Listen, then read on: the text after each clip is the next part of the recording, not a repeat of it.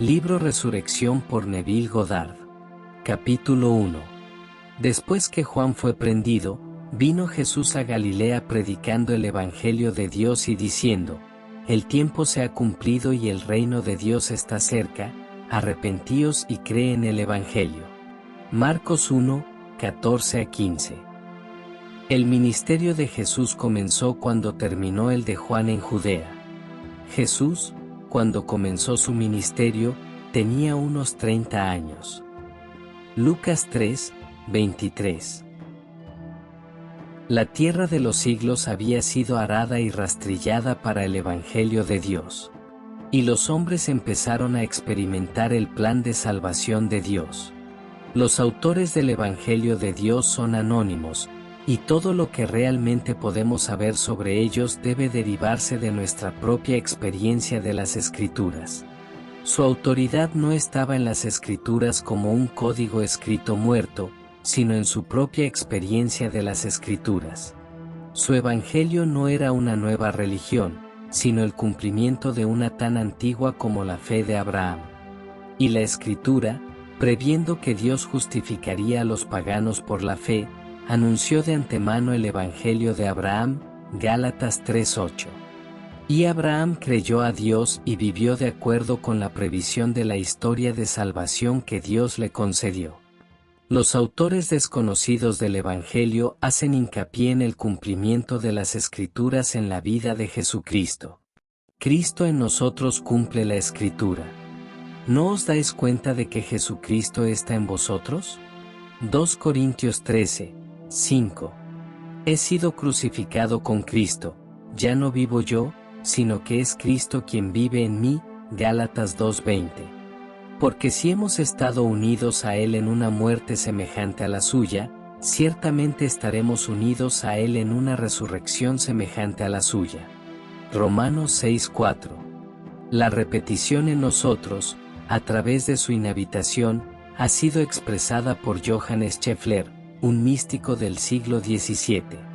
Aunque 1000 veces nazca Cristo en Belén, si no nace en ti, tu alma sigue desamparada, Edward Thomas. Y les dijo: oh insensatos y tardos de corazón para creer todo lo que han dicho los profetas. ¿No era necesario que el Cristo padeciera estas cosas y entrara en su gloria? Y comenzando por Moisés y por todos los profetas, les interpretó en todas las Escrituras lo que se refería a él mismo: era necesario que se cumpliera todo lo que está escrito en mí, en la ley de Moisés, en los profetas y en los salmos.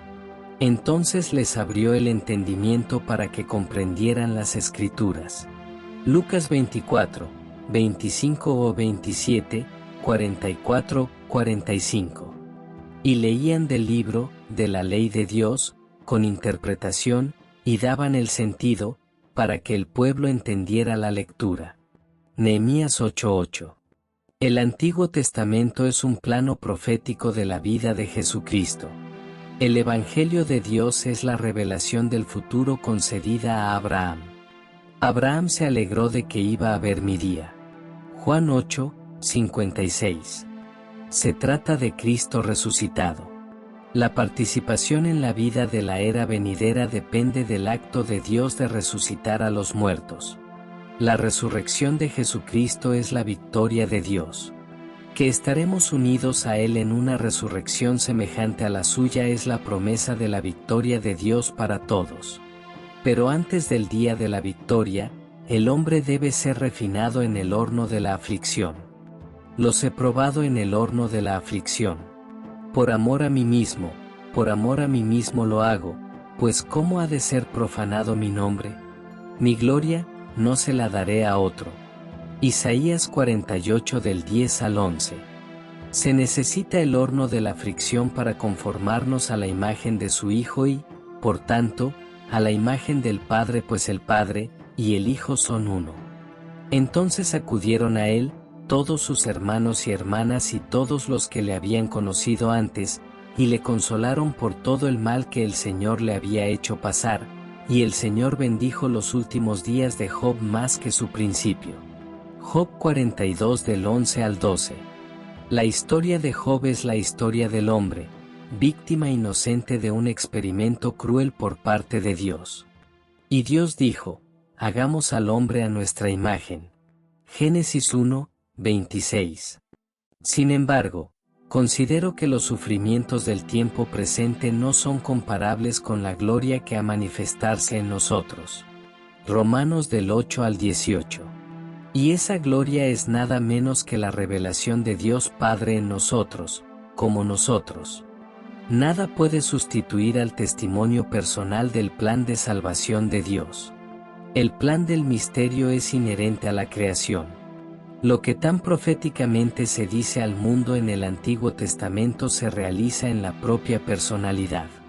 Todo me fue predicho, pero nada pude prever, pero aprendí quién es realmente Jesucristo después de que la historia se presentará de nuevo en mí.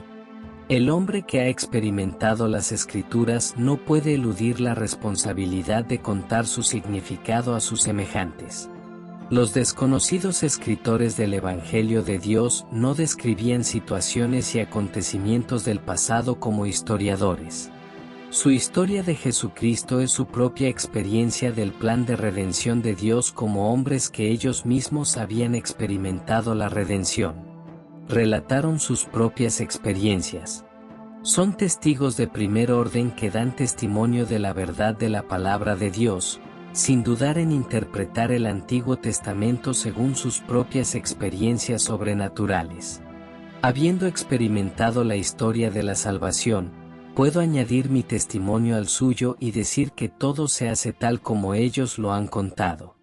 Sus experiencias, así atestiguadas, enfrentan a los hombres con la responsabilidad de aceptar o rechazar su interpretación del Antiguo Testamento. Su testimonio debe ser escuchado y respondido. Uno debe experimentar la Escritura por sí mismo antes de poder empezar a comprender lo maravillosa que es. No dan cuenta de la aparición personal de Jesús, porque cuando la historia de la salvación se recree en el hombre, éste sabrá que yo soy. Lucas 22, 70, Juan 4, 26, 8, 18, 8, 24, 8, 28, 13, 19, 18 del 5 al 6. El que está unido al Señor se convierte en un solo espíritu con Él. Primera de Corintios 6, 17.